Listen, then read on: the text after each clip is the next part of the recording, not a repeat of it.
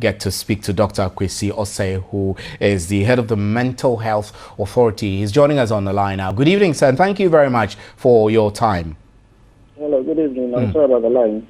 Yeah, two issues I want us to tackle. I would like us to speak to the issues of the non-payment of subventions to Pantan Hospital, as well as whilst, because you're an expert, I'd like to have a little chat with you about the situation in Tema, where a police officer murdered his mother-in-law and his two children before committed suicide. So what in that instance, what could drive a man to go to this extreme extent? Well, thank you very much and good evening to your viewers. To start with, let me say I don't have the privilege of getting the full details of the issue. Okay. I'm actually even not watching the visuals. Okay. I'm not by the set now. That's fine. So I may not be able to address exactly, but I will speak in general terms. That's fine. Just the snippets of what I've heard. Now, for somebody, just a little bit of the intro before the line went off, that the man seemed to be very jealous, morbidly jealous about the condition. We don't know the full details of what the life was prior to the incident and how long that jealousy had been. But there is a condition called pathological jealousy, in which somebody is just abnormally jealous about the wife. And anything becomes evidence for him that the woman is being unfaithful. And at such a circumstance, this person could actually take such a homicidal action against the wife. And is that a mental health condition? It is. It definitely is. It is. Incidentally, that happens often in people who drink alcohol a lot.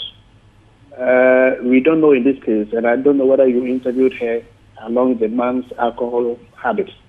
But that is a condition. The other possibility is that the man may simply be depressed for various reasons and for whatever reasons that may have, maybe as part of the incidents of the marriage, circumstances of the marriage, could be depressed. And suicide, anybody, in fact, for 93 to 95% of all cases of suicide or attempted suicide, there is depression or mental illness underlying it. And 80% of them, there is depression underlying it.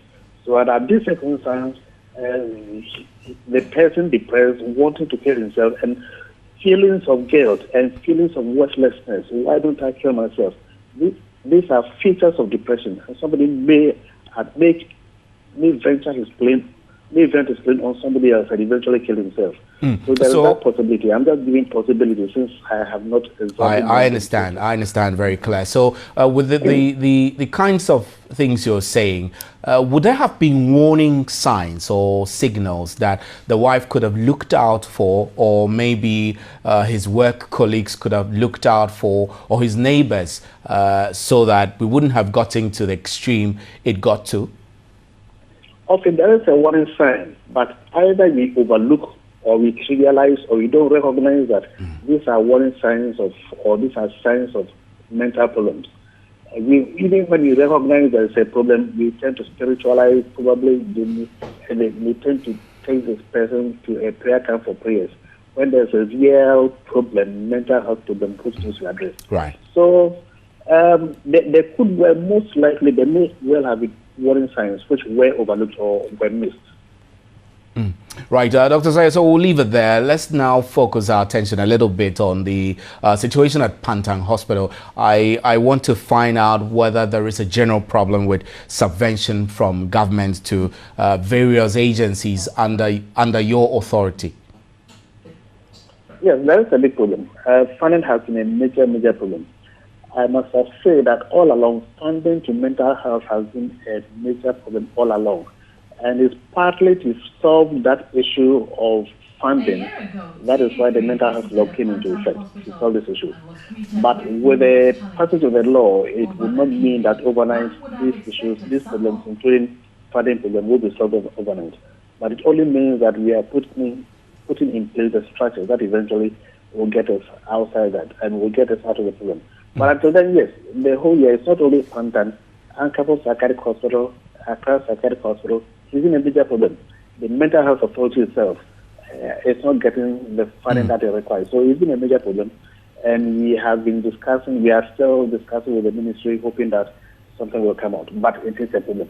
It's a big problem. Now, the particular case of Pantang Hospital, what is the Mental Health Authority doing to address this so that it doesn't lead to the shutdown of the facility? So what we are, and the issue, since all the three hospitals are in the same category with respect to the crisis, financial crisis, we are giving the same measure. So we are asking them actually to reduce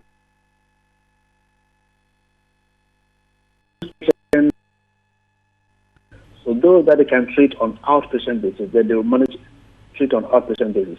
Right. Those that just cannot be held, but we need to admit, if you allow the person to go, then anything may happen. The person may go and kill himself or kill others. Those are the conditions that they have been. So to reduce admissions to the barest minimum. Right, then, Doctor. as I said, we are still discussing with the ministry. In fact, last week we had we were given some assurance of releases by the ministry, but something seems to have gone wrong, and the release seems not to be coming. Right. We are discussing, negotiating, so that we get it back. Dr. Osei, we're grateful. Thanks very much, Dr. Akwasi Osei.